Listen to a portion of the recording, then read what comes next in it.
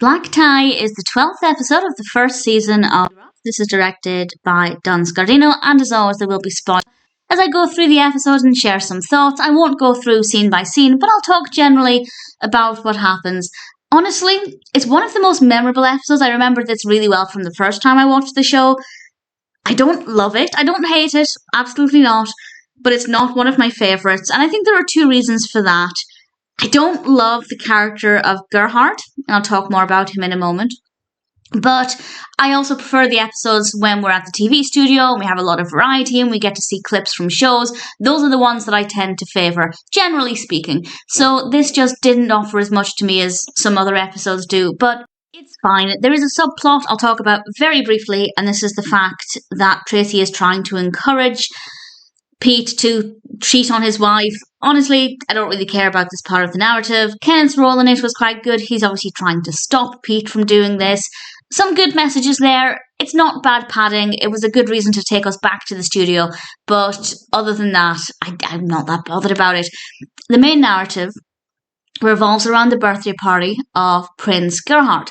This is a friend of Jack's, and he asked Liz to go with him.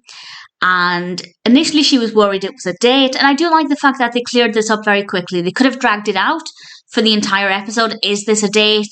Should Liz be worried? But actually she just asked him quite early on, and he said of course not, basically.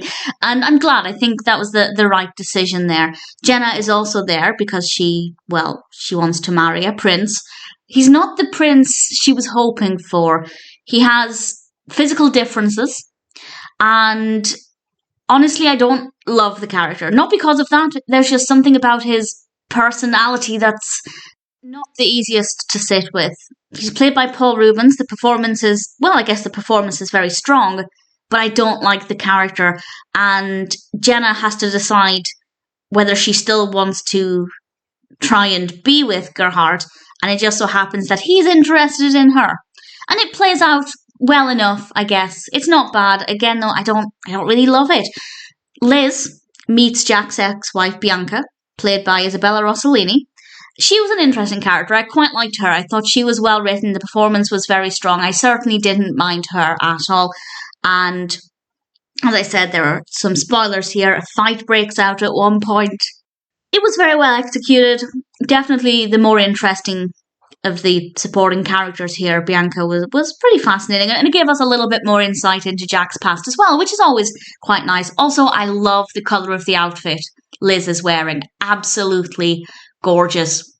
But again, not a particularly interesting part of the narrative. It just didn't work for me. I guess what I'm trying to say is that I didn't think this was funny. There wasn't really anything in this that I found entertaining.